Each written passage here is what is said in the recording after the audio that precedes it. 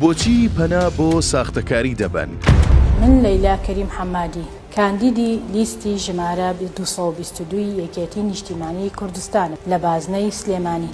بڕوانامەکەی ساختە کردبوو هەرچەند درەنگیش بوو بەڵام هەر پێیان زانی و لە هەڵبژاردن دووریان خستەوە. لەیلا کەریم حەمادی ئەو بربژێرەی یەکێتی نیشتیمانی کوردستانە کە ڕۆژی ڕابردوو لەلایەن کۆمیسیۆنی باڵای هەڵبژاردنەوە دوورخرایەوە. هۆکاری دوورخستنەوەکەشی ساختەکردنی بڕوانامەکەی بوو. ئەم بڕوانامانەی کە خۆی باسییان دەکات و بووەتە هۆی دروستبوونی کۆمەڵێک پرسیار لەسەر حیزبەکەی.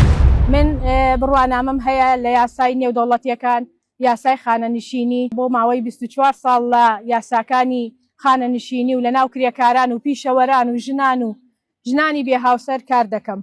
کاری پیشەیان بۆ دۆزمەوە. باشکرابوونی ساختەکاریە و کاندیدەی یەکێتی نەک هەر خۆی بەڵکو چەندین لایەنی شاراوی حیزبەکەشی ئاشکرا دەبێت و دەیان پرسیار دێنێتە ئاراوە. ئایا یەکێتی نیشتیمانی کوردستان کەسێکی دیکەی بەدەستەوە نەبوو کە ئەم بربژێرەی بە بڕوانامەی ساختەوە دەستنیشان کرد یاخود هیچ کەسێک ئامادە نەبوو بربژێری یەکێتی بێت؟ ئەمانە و دەیان پرسیاری وروژێنەری دیکە ڕوویان لە یەکێتی نیشتیمانی کوردستان کردووە و کەسیان ئامادە نەبووە وەڵام بداتەوە.